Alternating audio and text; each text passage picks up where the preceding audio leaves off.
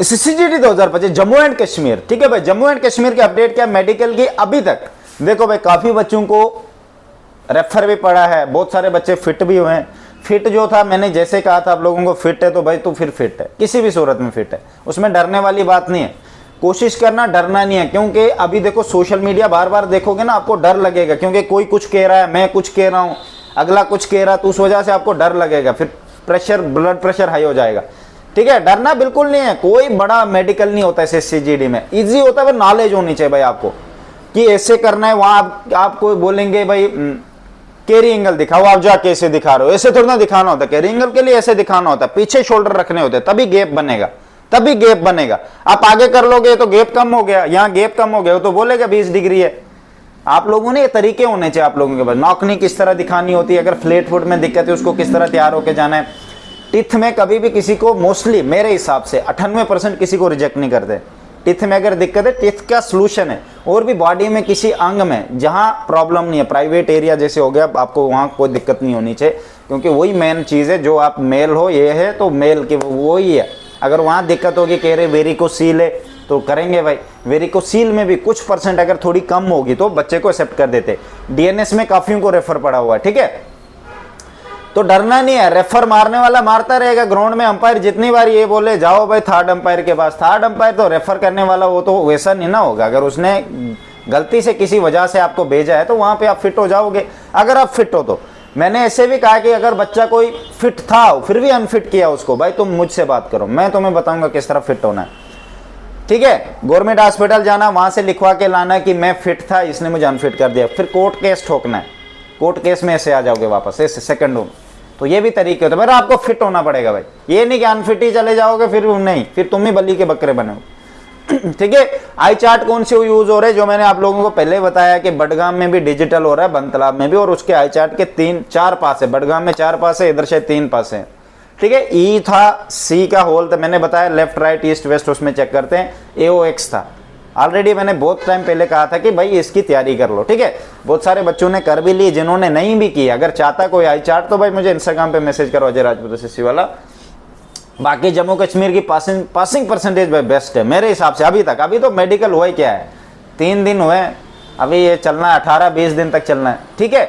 18-20 दिन मतलब working days की बात कर रहा हूं मैं, ये नहीं कह रहा कि वो छुट्टियां भी बीच में। संडे को मेडिकल नहीं होगा, इस बात का भी जरूर ध्यान रखना। बहुत सारे बच्चे कह रहे थे बीच में ऐसा भी होगा कि आप संडे से पहले सैटरडे को जाना पड़ेगा मैं फिजिकल देने दूसरी सिटी, और संडे को वहीं रहना पड़ेगा क्योंकि छुट्टी है भाई, हम क्या कर सकते हैं अब, फिर मेडिकल देने मंडे को। इस हिसाब से भी होगा, तो अपना वो देख लेना कि अगर रेफर भी पड़ेगा 4-5 दिन का, तो उस हिसाब से तैयारी करके चले जाना। वहाँ ये नहीं बोलोगे कि यार अब मैं क्या करूँ, मैं तो ये सोच के नहीं आया था। सोचने वाली बात नहीं, हर कुछ सोच के जाना। अगर आप फिट भी हो तब भी यही मन में सोचना मैं अनफिट हूँ अभी, समझ गए मेरी बात। उसी हिसाब से तैयारी करके जाना, वो अंदर डिपेंड होगा। अगर वो कर लेगा तो अच्छी बात है, नहीं करेगा तो क्या कर सकते हैं भाई, ठीक है। तो इस बात का भी जरूर ध्यान रखना भाई, ठीक है। बाकी मेडिकल पासिंग परसेंटेज भाई ठीक है मेरे हिसाब से, कोई दिक्कत वाली बात नहीं। जो अनफिट है बेचारा तो अनफिट है, क्या कर सकते हैं। नेक्स्ट ईयर की तैयारी करो। DNS में अगर आपको अनफिट किया भाई, इन चीज़ों को पहले से तैयार करना होता। मैंने हमेशा आपको स्टार्टिंग से मैंने इतना बकवास किया, वीडियोज़ पे, कॉल पे, हर एक को इतना कुछ समझाया, हर एक को।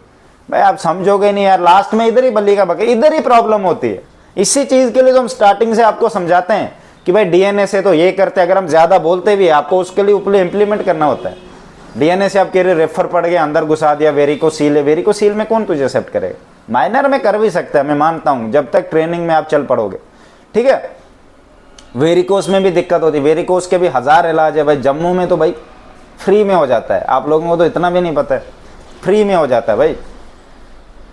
बहुत सारे इलाज होते हैं, आप करवा लेने चाहिए भाई, नहीं तो बहुत टाइम वेस्ट होता है। अभी आप सोचो 1.5 साल होने वाला है, मतलब 1 साल 2-3 महीने होने वाले हैं अभी इस प्रोसेस को। अगर इसमें बंदा फेल हो जाए, मतलब इतना टाइम उसने वेस्ट कर दिया सिर्फ एक चीज़ को सोच के, समझ गए मेरी बात।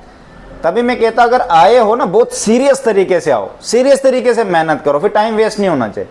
अब 1 साल इतना वेस्ट कर दिया, अगले साल फिर आएगा, अगर फिर वैसा ही हो गया, फिर 3 साल हो गए तेरे वेस्ट, समझिए मेरी बात। वेस्ट बिल्कुल नहीं। अगर आए हो बहुत सीरियस तरीके से, एक चीज का पहले पता होना चाहिए।